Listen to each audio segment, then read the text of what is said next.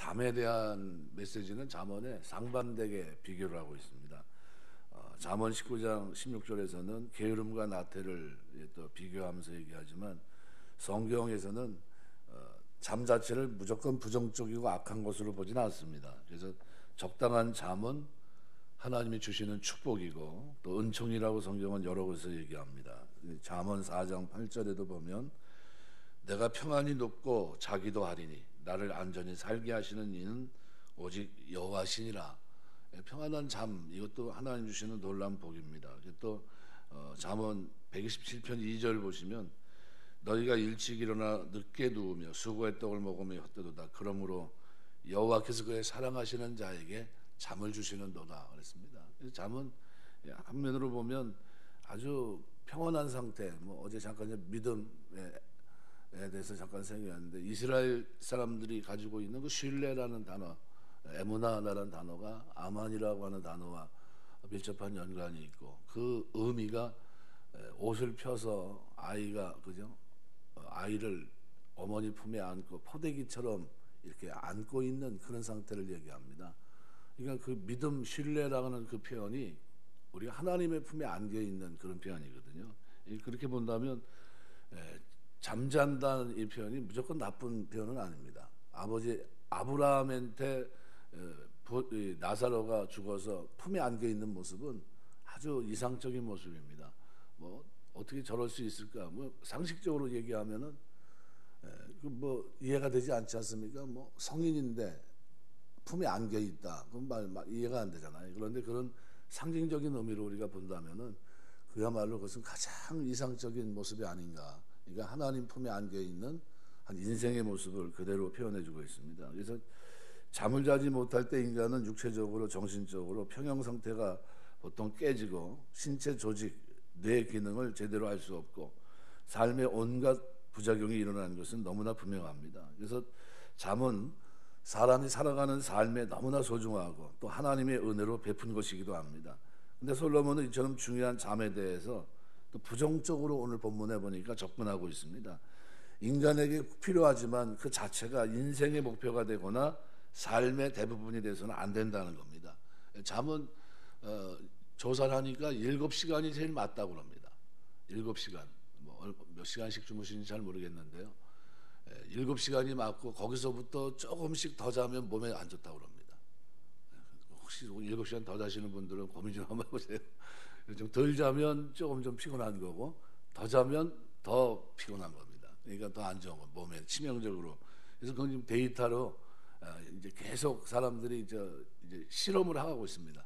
몇 시간이 인간의 수면이 가장 적절한가? 7시간이라고 보통 얘기합니다. 그래서 7시간에서 상회하지 않는 것이 좋고 조금 밑도는 것이 좀 낫지 않겠나 이렇게 생각이 됩니다. 여기 잠은 인간에게 필요한 것이지만 이게 목표가 되거나 삶의 대부분이 돼서는 안 됩니다. 그래서 인간이 활동하고 일하기 위한 충전의 의미입니다. 그래서 이것이 즐거움이나 사랑의 대상이 된다. 잠이 이렇게 된다면 이상하게 지금 사는 겁니다. 어리석은 인생이고 허탄한 인생입니다. 우리가 만일 예를 들어서 먹는 것을 인생의 최고로 가치로 생각하고 살아가는 사람들도 있습니다. 물론 맛있는 음식을 먹는 건 좋은 일입니다. 그런데 그것이 인생의 주된 목표가 되고 관심이 된다면 그것은 잘못 살아가고 있는 겁니다. 왜냐하면 그건 영양분을 공급해서 일하기 위한 거거든요. 그러니까 1차 목표는 그 음식을 먹는 1차 목표는 그로부터 삶에 필요한 양분, 열량을 공급받기 위한 것이기 때문입니다. 누가복음 12장 보면 예수님께서 어리석인 부자를 이렇게 빗대어 얘기합니다.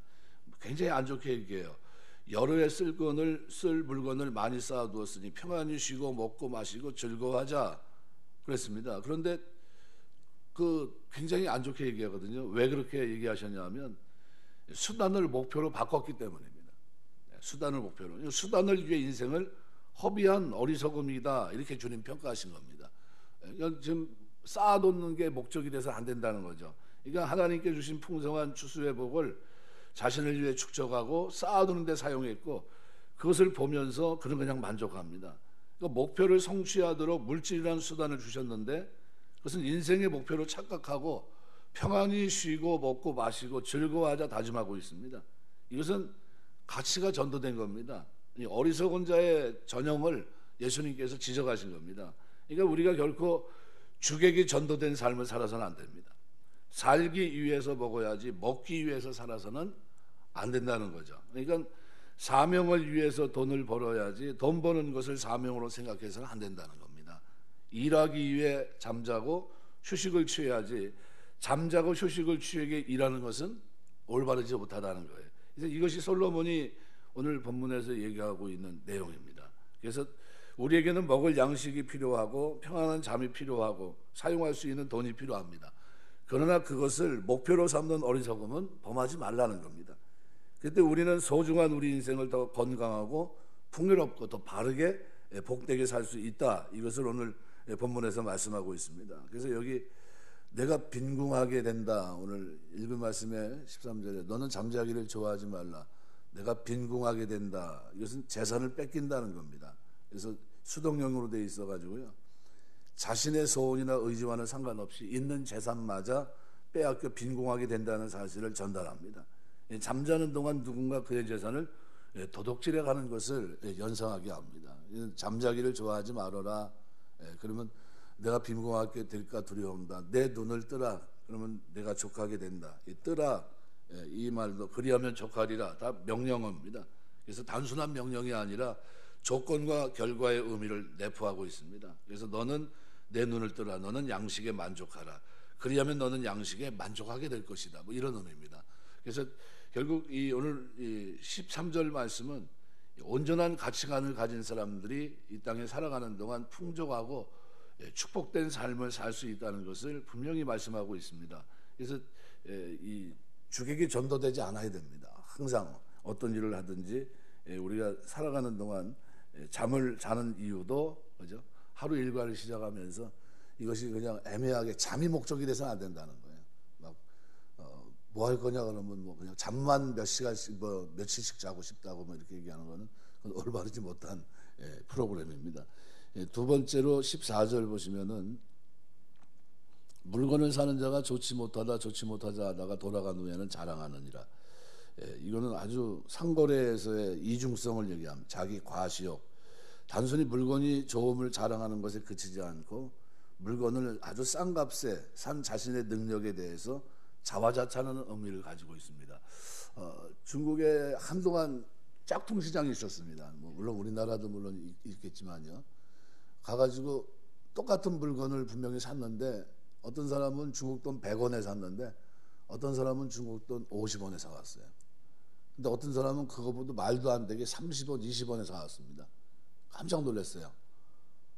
뭐 어떻게 저럴 수 있을까? 뭐지? 그 옛날에는 뭐 시계 뭐 몇 개 그걸 뭐 우리나라 돈으로 뭐 10,000원에 그걸 10개 샀다고 좋아가지고 그랬던 사람도 제가 이제 옆에서 봤는데 아주 웃깁니다. 그게 짝퉁이 얼마나 안 좋으냐면 가다가 비행기 타고 오기 전에 고장 나는 저기도 있고요. 비행기 이제 들어가기 전에 이제 마지막 어떻게 해요? 세부치 뭐 이런 거 검사한다고 이제 이렇게 조사합니다. 이렇게 몸에 이렇게 자석 같은 거 있는지 이렇게 하는데 이렇게 시계를 이제 모르고 이제 풀지 않았는데 시계 그 돌리는 거 있지 않습니까? 지금 시계 맞추는 게 그게 뽑혀 나갑니다. 그게 없어졌어요. 그래가지고 이제 다시 찾아가는 해프닝도 있고 아주 웃깁니다. 그게 짝퉁. 그래가지고 이 한동안 그 사면서 뭐 싸게 샀느니 뭐 잘못 샀느니 모릅니다. 그러니까 물건은 온데간데 없고 얼마나 싸게 샀느냐 그거를 지금 서로 비교하면서 웃고 막 그랬던 적이 있는데요. 솔로몬은 이것을 인간의 거짓된 속성 또는 이기심으로 지적합니다. 우리나라도 전에 물건을 살 때 조금씩 애누리 해주는 이것이 있었습니다. 그래서 깎아주는 것을 미덕으로 생각했고 이것은 하나의 문화로 자리 잡았는데 문제는 이런 일이 계속되면서 점점 상대방을 믿을 수 없는 상황까지 빚어지게 된 겁니다. 그래서 오죽했으면 우리나라를 여행하는 외국 방문객들을 위한 가이드북에 한국에서 판매자들이 부르는 값은 정상적인 가격이 아니니까 무조건 깎으라 이렇게 지침을 내렸습니다. 이런 내용을 가이드북에 실어놓는다고 하는 것은 그만큼 어떻게 신뢰하지 못한다는 거죠. 그러니까 거짓과 이기심에서 시작된 일은 아무리 사소한 일이라 할지라도 결국 엄청난 불신과 관계의 단절을 가져오게 되는 이런 사실을 기억해야 됩니다. 나중에 중국에 가서 제값 주고 사면은 뭐라 그럽니까? 미쳤냐고 그럽니다. 미쳤냐고 여기서 제값 주고 사냐고. 부르는 대로 다 주고 오면은 당신 그 문제 있는 거라고 이렇게 얘기합니다. 왜냐하면 다 가짜 같아요. 다 가짜. 아무리 그 사람들이 정직하게 만든 것 같은데도 짝퉁을 하면서 그 물건이 상거래가 되면서 경제적인 이익을 이제 발생했거든요. 근데 그런 시간이 오래 가다 보니까요, 나중에는 받아들이지 않습니다. 그러니까 손해 본 것 같고, 그 누구 때문에 그렇게 하면 자기네들이. 그래서 나중에 이제 법적으로 짝퉁 시장을 정책적으로 없애려고 막 몸부림쳤는데 그게 됩니까? 잘 안 되죠. 예, 그래서 은밀하게 그것을 또 진행하고 이렇더라고요. 예, 여기서 우리가 이 진실, 정직이라고 하는 이 가치를 망각해서는 안 됩니다. 우리가 살아가면서 무수한 거짓과 불신, 조장하는 말들로 우리 담소 속에도 있다는 사실을 잊지 마셔야 됩니다. 우리의 귀를 잠식시키고 생각을 잠식시키고 우리의 영혼을 잠식시켜서 오만한 사람들을 여전히 농담이라는 이름으로 웃음이라는 논리로 이런 말들을 쉽게 합니다. 그러나 바울은 악은 모든 모양이라도 버리라고 말합니다. 먹든지 마시든지 무엇을 하든지 다 하나님 영광을 위해서 하라고 말씀합니다. 그러니까 예배를 드리고 기도를 드리고 성령의 교제를 나누는 순간뿐만 아니라 먹고 마시고 물건을 사고 파는 우리 일상 삶 속에서도 모든 행위는 하나님의 영광이 전제돼야 된다는 겁니다. 그러니까 악은 모양이라도 버리는 철저한 거룩과 성결이 우리에게 필요하다라는 얘기를 분명히 말씀합니다. 에베소 4장 25절 보면 거짓을 버리고 각각 그 이웃으로 더불어 참된 것을 말하라. 이는 우리가 서로 지체가 됨이라. 참된 것을 말하는 사람들, 이게 그리스도인입니다.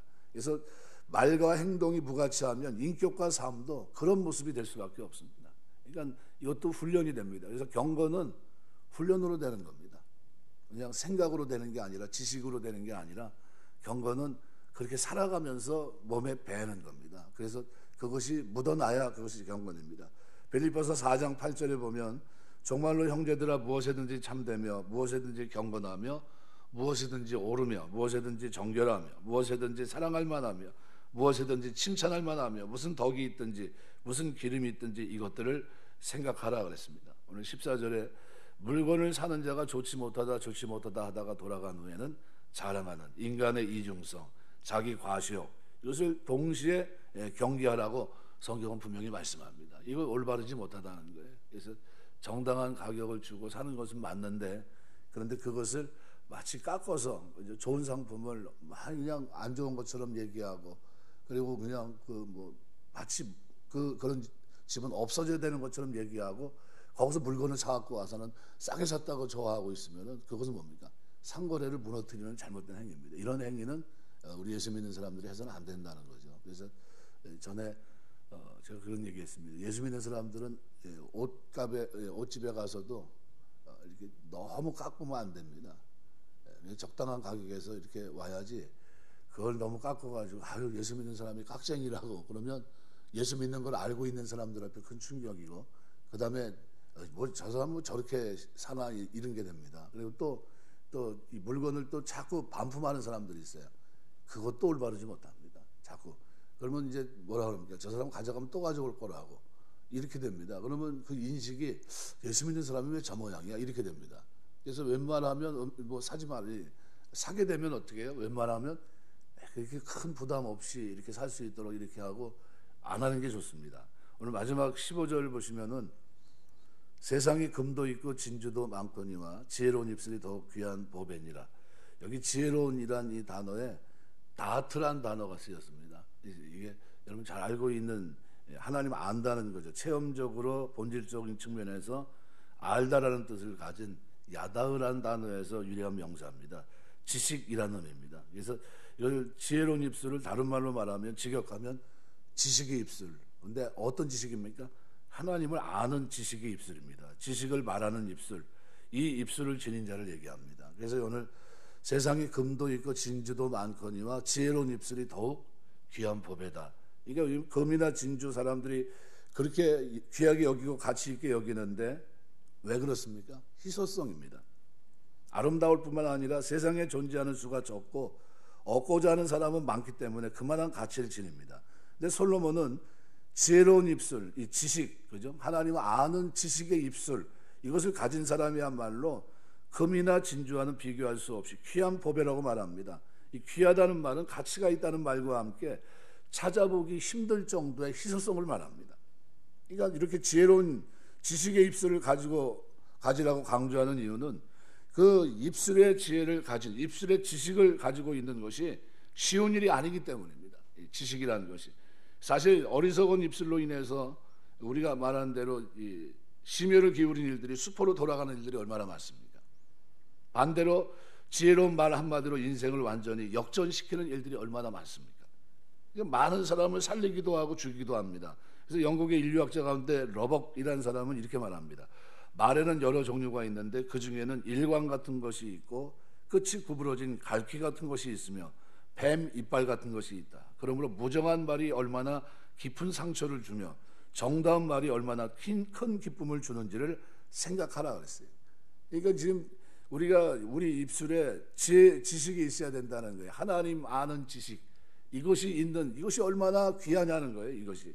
그러니까 좋은 생각, 마음을 가지는 것도 중요하지만 얼마나 지혜롭고 지식이 경우에 맞는 말을 할 수 있는가 하는 것이 중요하다는 겁니다. 그러니까 우리 입술이 이 세상에서 쉽게 찾아볼 수 없는 지식의 입술이 되기를 소망하고 우리 입에서 나오는 언어를 정렬하고 잘 다듬어서 가꾸는데 열심을 내야 될 이유가 바로 그겁니다. 잠언 25장 11절 말씀대로 아루새긴 은장반에 금사과처럼 우리 입에서 나오는 이 지식들이 하나님께 영광이 되고 듣는 사람들에게 희소성이 있어야 된다는 겁니다. 경우에 합당한 말로 굳어진 사람들의 마음을 품고 또 실이 좌절에 빠진 인생의 시원한 생수 같은 비전과 꿈을 주는 이것이 뭡니까? 여기서 말하고 있는 지식 다트라는 단어예요. 그러니까 여기 지혜론으로 썼지만 사실은 지식입니다. 하나님 아는 지식. 그래서 이거는 성전을 지을 때도 그 전에 제가 어디서 얘기했냐면요. 잠언 19장 2절을 말씀드릴 때 그때 얘기를 했는데 이것은 경험적으로 얻어진 본질적인 지식을 나타내고요.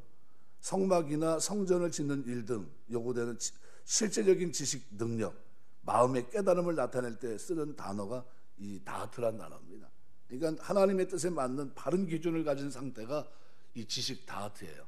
그러니까 어떤 사람이 지혜로운 사람이냐, 아주 희소성을 가지고 있는 겁니다. 말이. 그래서 시편 45편 2절 보면 왕은 인생보다 아름다워 은혜를 입술에 머금으니 그러므로 하나님이 왕에게 영영이 복을 주시도다 이렇게 얘기합니다. 은혜를 입술에 머금었다는 겁니다. 은혜를. 그러니까 우리가 지식을 입술에 머금어야 됩니다. 하나님의 지식, 그죠? 하나님 아는 지식, 이것을 우리 입술에 머물고 만나는 사람들에게 이 지식을 전해줄 수 있다고 한다면 이것이 뭡니까? 아주 희소성이 있는, 뭐보다 더 낫다는 겁니까? 세상에 금도 있고 진주도 많거니와 지식의 입술이 더 귀한 보배니라. 하나님 아는 지식이 가장 아름다운 보배란 겁니다. 그럼 우리 예수 믿는 사람들은 어떤 사람들입니까? 이거 뭐 금도 있고 진주도 있지만 그거보다 더 귀한 지식을 입술에 머금고 있다는 그런 사람들이라는 거죠. 그러니까 우리는 이 세 가지가 다 필요합니다. 나는 뭐 지식만 있어야지 금, 진주는 필요 없어 이렇게 생각하시면 안 되고 신앙생활하면서 하나님 저에게는 금도 필요하고 진주도 필요합니다. 하지만 그 이상으로 저에게는 하나님 아는 지식이 희소성 있는 이 지식이 나에게 넘쳐서 사람들에게도 은혜를 베푸며 살기를 원합니다. 이런 고백이 우리의 고백이 되어야 되지 않겠습니까? 말씀 읽겠습니다. 살아가는 동안 우리가 많은 것들을 생각해야 하는 이런 구절입니다. 특별히 15절 말씀을 중심으로 기도하시면서 하나님 세상에 금도 있고 진주도 많은데 이런 풍족함이 저에게도 있게 하시고 더 나에게 하나님 은혜 주셔서 내 삶에 지식의 입술이 내 삶에 넘치게 없어서 더 귀한 보배처럼 내 입술에서 넘쳐서 많은 사람들을 힘을 주고 용기를 주고 북돋아 줄 수 있는 그런 말들, 하나님 아는 지식이 쏟아져 나갈 수 있는 그런 축복된 언어 생활이 될 수 있도록 붙들어 주옵소서. 이렇게 기도하시고 그와 같은 은혜가 저와 여러분의 삶 속에 믿음 생활 속에 늘 넘치게 되시길 주의 이름으로 축원합니다. 기도하겠습니다.